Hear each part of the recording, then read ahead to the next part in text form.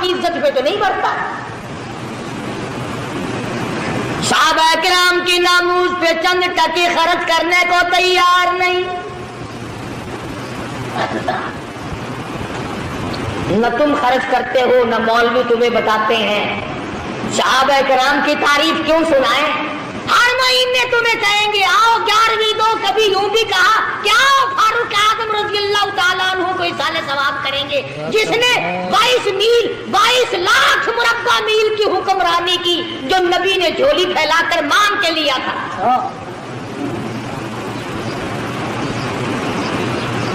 اور آپ صلی اللہ علیہ وسلم نے فرمایا جس راہ سے فاروق گزر جائے شیطان کا اس راہ سے گزر نہیں ہوتا. اتنا بڑا جلیل القدر صحابی ہے سیدنا فاروق اعظم، جس نے روح زمین پر وہ انصاف کر کے دکھایا. قیامت تو آ سکتی ہے، فاروق کے انصاف کو کوئی قائم نہیں کر سکتا.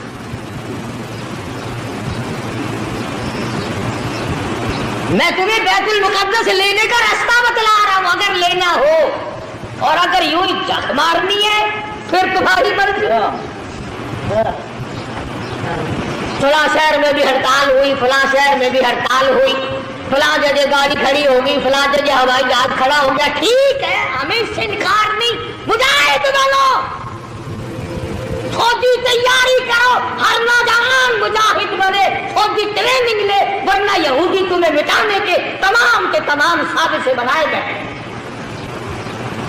یہودیوں کو پتہ چل گیا تمہارا کہ یہ تو عورتوں کا جہاد کرتے ہیں، ایمان اور اسلام کا جہاد نہیں کرتے ہیں. جو کماؤ گے وہ عورتوں پہ خرچ ہوگا. انہی کے سوٹ پورے نہیں ہوتے، انہی کے جوتے پورے نہیں ہوتے، انہی کے خرچے پورے نہیں.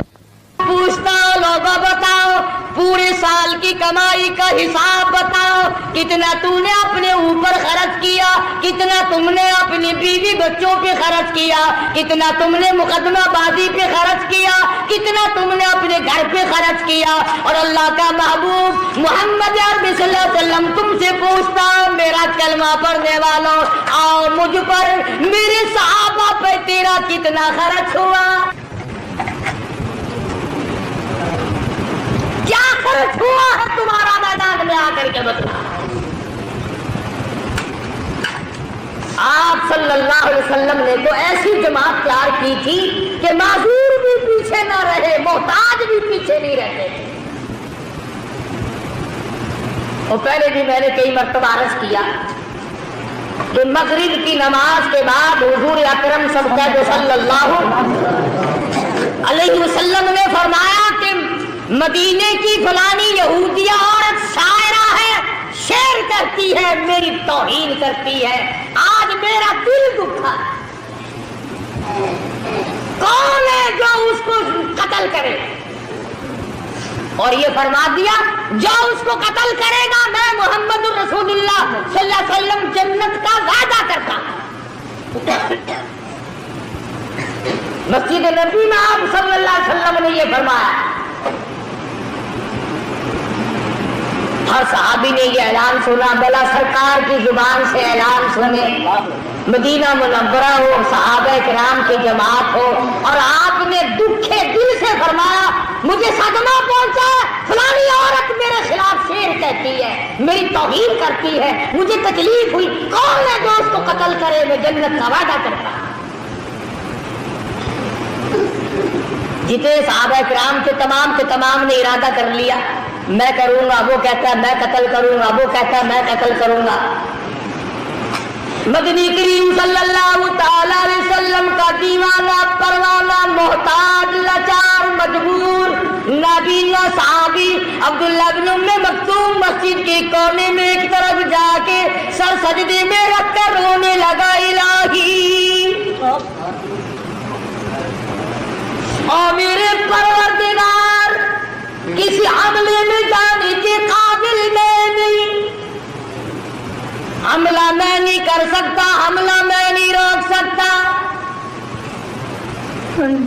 تیرے محبوب نے جنت کا وعدہ فرمایا، میں تیری منت کرتا ہوں میرے پروردگار تو بے نیاز ہے، اس عورت کا قتل تو میرے نصیب کر دے.